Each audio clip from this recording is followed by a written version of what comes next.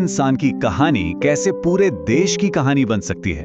चलिए आज समझते हैं एक ऐसे ही कमाल के सफर को, डॉक्टर भीमराव अंबेडकर की जिंदगी का वो सफर जिसने न सिर्फ उनकी बल्कि पूरे भारत की तकदीर को हमेशा के लिए बदल कर रख दिया। जरा इस एक लाइन की गहराई को समझिए। ये सिर्फ एक कही सुनी बात नहीं है, ये डॉक्टर अंबेडकर की पूरी जिंदगी का निचोड़ है। सोचिए तो, जिस इंसान को समाज की सबसे मामूली चीज पानी तक से दूर रखा गया, उसी इंसान ने आगे चलकर उसी समाज के लिए सबसे बड़ा और सबसे जरूरी कानून लिखा। बस यही एक बात उनकी कहानी को इतना असाधारण बना देती है। तो चलिए कहानी के बिल्कुल शुरू में चलते हैं। साल था 1891। डॉक्टर अंबेडकर का जन्म एक ऐसे समाज में हुआ था जहां आपका भविष्य आपके जन्म के साथ ही तय हो जाता था और उनके हिस्से में आया था तिरस्कार और अन्याय।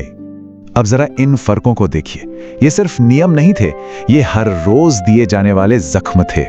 स्कूल में बाकी बच्चों के साथ बैठने की मनाही, प्यास लगने पर भी पानी के मटके को छू तक नहीं पाना।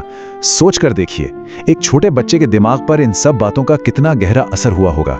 यही वो जमीन थी जहां से उनके संघर्ष का पौधा पनपा। तो सवाल यह है कि इस अपमान और अन्याय का जवाब उन्होंने कैसे दिया?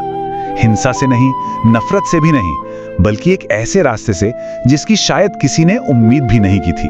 उन्होंने ठान लिया था कि वो ज्ञान को, पढ़ाई को अपना सबसे बड़ा हथियार बनाएंगे। और उनका ये अकादमिक सफर किसी क्रांति से कम नहीं था। भारत की गलियों में भेदभाव झेलने से लेकर वो दुनिया की सबसे बेहतरीन यूनिवर्सिटीज में पहुंचे, अमेरिका की कोलंबिया यूनिवर्सिटी और फिर लंदन स्कूल ऑफ इकोनॉमिक्स। उन्होंने ये साबित कर दिया कि हालात आपको नहीं, बल्कि आपका हौसला आपको परिभाषित करता है। लेकिन इतनी बड़ी बड़ी डिग्रियां हासिल करना उनकी मंजिल नहीं थी। अरे नहीं, ये तो बस एक पड़ाव था। असली मकसद तो अपने ज्ञान को समाज को बदलने में इस्तेमाल करना था। उन्होंने अपनी पढ़ाई को, अपनी डिग्रियों को एक सामाजिक आंदोलन की मशाल बना दिया।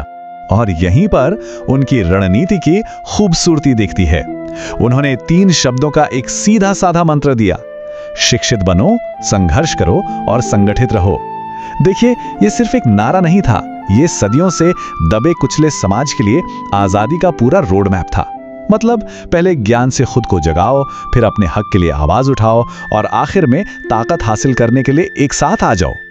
और अब हम आते हैं उनकी जिंदगी के उस सबसे बड़े शिखर पर, जहां उनका पूरा जीवन, उनका सारा संघर्ष एक होकर एक आजाद देश की नींव रखने वाला था। भारत के संविधान निर्माता के तौर पर उनका जो योगदान है वो तो ऐतिहासिक है। उन्होंने कानून की किताबों में सिर्फ शब्द नहीं लिखे, उन्होंने समानता और न्याय को भारत की आत्मा में बसा दिया।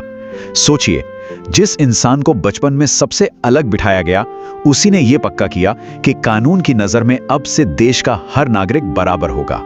तो आखिर में डॉक्टर अंबेडकर की विरासत है क्या? ये सिर्फ उनकी लिखी किताबें या बनाया हुआ संविधान नहीं है।